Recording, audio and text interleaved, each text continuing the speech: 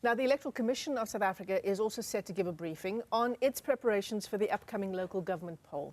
While the official election date has not yet been announced, the Commission says preparations are already underway. Officials are expected to outline the institution's state of readiness and ongoing voter registration drives.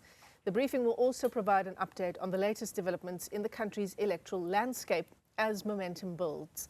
Newzroom Afrika's Veronica Makhoali is live to us in the capital. Veronica, for what to expect from the ICC.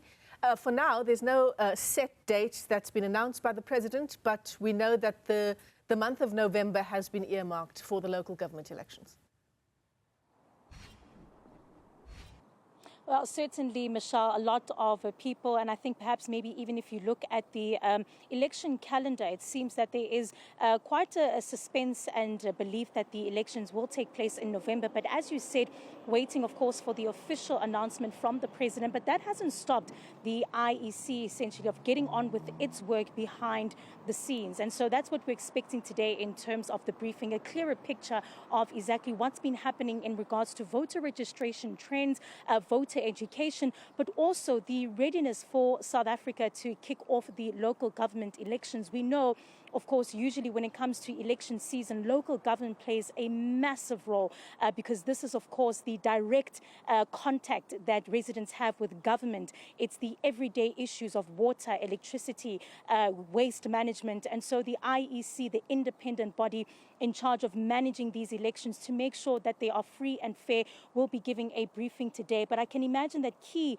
of their priorities is making sure that every single eligible South African will be able to register and they are on that voters roll. In fact, there has been a nationwide push since the beginning of this year where they have already started to see an uptick in terms of the voter registration numbers. This is particularly on their online portal where South Africans are encouraged, even today, Michelle, to check if they are eligible, to make sure their details are correct, but also an easy process in terms of registering. In fact, 26,000 new voters have been registered, and that takes South Africa's voters roll up to 27.7 million just so far this year. And of that amount, about 7.7 million are young people between the ages of 16 to 35. And we know that this has been quite a task for the IEC to appeal to young people to make sure that they are taking part in the democratic process. So we're also likely going to hear what are some of the initiatives to target young people and also some of the programs that they'll be running when it comes to voter education. This democracy of ours, 31 years old, but still a lot of people are still not sure exactly how it works, who is eligible to vote when it comes to voting day. But you spoke as well, Michelle, about the electoral landscape. Well, a lot has been changing and in terms of political parties as well.